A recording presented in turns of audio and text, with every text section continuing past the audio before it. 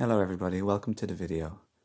My name is Owen Fox and I hope you're well today. In this moment I want to talk about one of the biggest problems in life and in the spiritual path, and that is arrogance and thinking you know more, or you're more awake, or you've arrived more than you really have. It's like spiritual narcissism. Physical ego, ordinary narcissism, is when you have a super ego and you think you're the only person who has feelings, emotions. The whole world revolves around you. Narcissists are typically they can be abusive, controlling, manipulative. They don't care or think about other person's life, feelings, or perspective, or thoughts, or even their body, their physical experience of another person. Spiritual narcissism is when you have an egoic spiritual concept of yourself as the person who's made it. You're a guru. You know it all. You arrived. You're above others. You have a strong spiritual self-concept of yourself it's got a hard, dense egoic structure. And that's hard to get through to break through to so for me, what I'm inspired to say at this moment in this video is humility is the doorway to greater growth and expansion and healing. Humility is also the doorway to make friends and to connect with people, because you don't have a barrier that you're way above them. So the spiritual narcissist or ego person, they will, how can you make friends with them? How can you make friends with an ordinary narcissist? They're bloody crazy people there, they also think they're right, of course. Narcissists or anyone who's arrogant will think that they're right. They'd be more likely to put you down. Ordinary narcissists have very low self-esteem, actually, ironically enough. So if you actually try give them, they'll treat you badly, because they want to put the same way they talk to themselves very badly. They don't think they're worthy or deserving or lovable or good enough. So their mind is out of control. They're basically sick in many ways. They'll also then think that about other people, and to feel better about themselves, how bad they feel about themselves, they'll want to put other people down so they can feel a little bit better.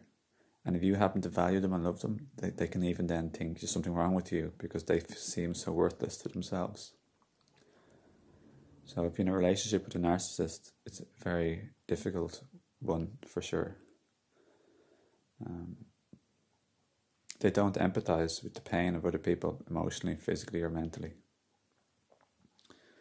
So if you actually give them love and compassion, they can sometimes think you're crazy or sick for doing that, and they'll want to even punish you in some way for being so crazy. So, but for me on my path, humility, like I've said in other videos, be like the Forrest Gump, be the humble learner, the open receptive person. Like the Buddhists say, the beginner's mind. With the beginner's mind, you have a much softer ego, and it's healthy and natural to have an ego. Everybody, it's about integrating and combining the spiritual and the ego that's healthy together. So, for example, ordinary pride is nice. You take pride in what you do. You have a sense of satisfaction and accomplishment. You have a sense of happiness and joy and satisfaction in making something good and doing something nice or good or beneficial or positive or beautiful or productive. Art, videos, your job, some sort of creativity in the community or in your home.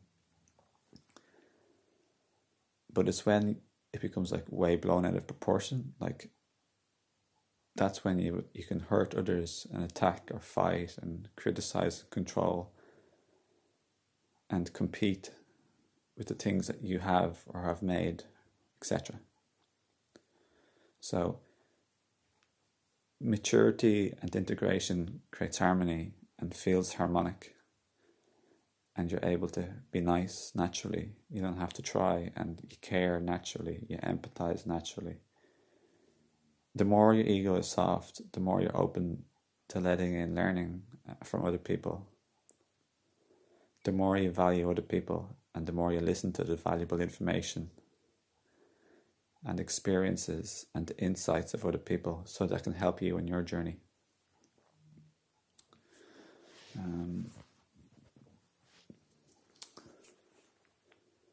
So for me, being humble is the most important thing in life. It's the best way to grow, everybody. It's the best way to have a good life and to connect and to be happy with others and to make friends. Also, everyone, the more you can open your heart and your mind,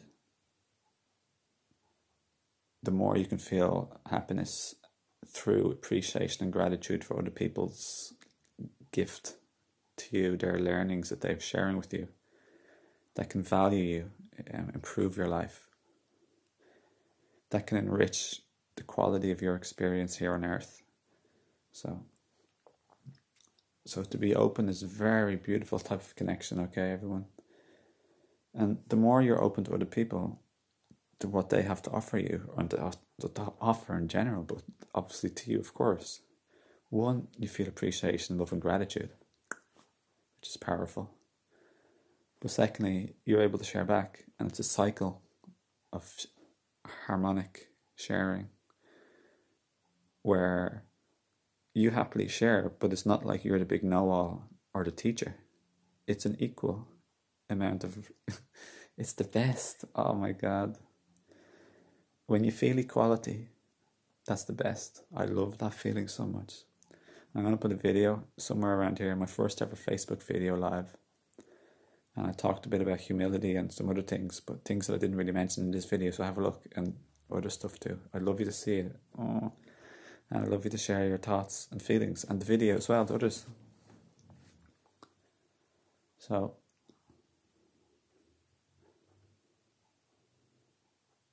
it's okay to have an ego. It's okay to feel emotions. It's okay to feel anger, rage, hurt, resentment. Pain is a natural feeling in life. Emotions are here to teach us. They're a guidance system. So don't suppress yourself, everybody. But there's just simply a way to integrate and to feel and to express. It's all about the scale of harmony versus pain and destruction. Harmony, togetherness, and unity. Like, how much can you express your emotion in a way that people come together, they join up, they understand, they can empathize, they can feel a greater sense of awareness or enlightenment about the situation by how masterfully you can be conscious and present and love your own emotion, and to love what arises within them also. So, and then how much do you express your emotion and pain in a way that causes fighting, hardship, conflict, and more pain and hurt in other people or yourself? So we need to validate our own emotions within ourselves and say, that's okay, you know what, that's okay. It's okay to feel pain and hurt and these thoughts and feelings. Where are they coming from? Why do I feel this way? What are my unmet needs? What do I need? What do I really truly want and desire in my heart? And also ask that about the other people also. So gain insight into them and their feelings and their world, their life.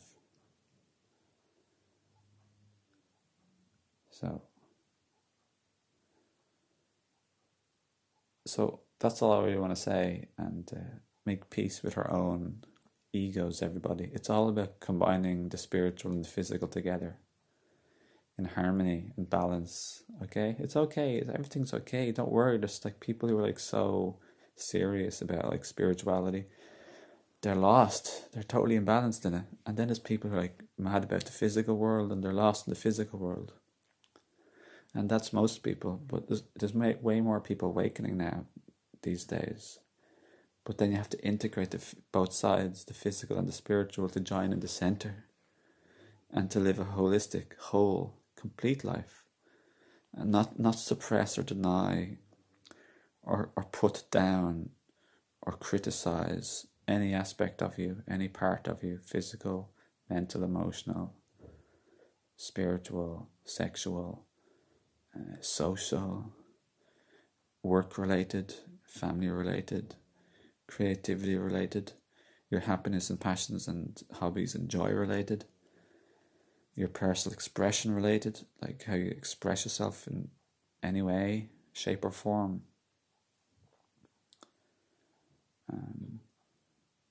Yeah, that's all I really. What else could I say more? Humility, open beginner's mind,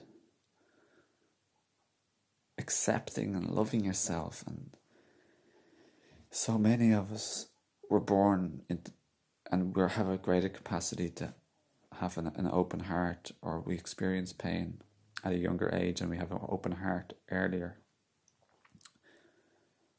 I think I was this way. Like I can feel care and empathy for others, and I can cry or shed tears and water up easily when I see others in pain. Even just on YouTube, it's the simplest way. Like when I just, any place, if I just, the pain or hurt, if I just look around, but a lot of these people also have a low self-esteem and self-worth value, because we come here as souls and we learn these hard lessons, and like their experiences of the soul, man, they're like rich and deep and worthwhile. So every experience you've ever had is valid. Every experience, perspective, opinion and feeling you or anyone else has ever had is valid. We need to validate ourselves and others and to understand why people behave the way they do. So basically speaking, if people have said bad things about you, it's generally, if we've been scarred or hurt or traumatized in the past, especially as children, it's not because we're lacking something or not good enough. As children, or even as people, we internalize this and say, oh, it's my fault. It's because there's something wrong with me. That's why I'm being mistreated. Or I got abandoned and rejected. They left me. They rejected me. It must be because there's something wrong with me. I'm lacking in some way. It's my fault. We need to generally learn to say, this is not because of me. It's not because I'm bad or wrong on the inside. A lot of the time it's because just people have unhealed hurt and pain within themselves. So people act out of their pain and traumas and their programming, okay? We need to allow ourselves to release ownership of what we didn't do to cause a situation. We also need to take ownership and accountability for our influence on the situation, especially as adults. For example, in a relationship, we always like to blame the other person, or generally anybody. Humans do not like to admit that they're bad or wrong in any way. But there's a difference between being essentially bad or wrong, like as a person or a flawed character, and having behavior that's has negative attributes. You could call it like bad behavior or like wrong response. You could just simply call it, you could call it contributing negatively to a situation through unmindful or non-heart opened behavior or unhealed behavior, acting from pain, continuing cycles, patterns and habits coming from unhealed trauma. So the more we can take ownership and heal our stuff and deal with our stuff and feel our stuff without distracting, avoiding, we need to feel our emotions and validate it with love and acceptance, and then do the same with others. And we need to give ourselves time to feel pain in life and to hurt and to go through a process of grievance, loss, pain, and including other things like rage, hatred, and anger, to feel these and to bloody let it out. It's okay, let it out. We can get it in our own private place, yell, scream, cry, hurt, shout, but just do it in a way that's conscious and is for the benefit of our healing. It's not to hurt or destroy or damage anything or anybody. So it's just called energy movement. That's all. People are suppressing their energy all the time. Energy is like another word for motion, more or less. Emotion, energy and motion, emotion. I hope you're enjoying the video. Thank you for joining me. So it's all about like blockage and stagnation. When we block and stagnate the flow within us energetically or emotionally, we don't open up, heal and expand. We're carrying baggage, the baggage of what we're holding on to, what's blocked inside of us and it can't get out, what's stagnant and not flowing so it can get out properly. That's the same with the physical body. Wild animals in the wild, they don't get degenerative diseases like humans in the slightest bit because they're eating a natural diet that's suitable for them. It doesn't cause inflammation, acidosis or mucus formation. Humans do not eat natural food at all.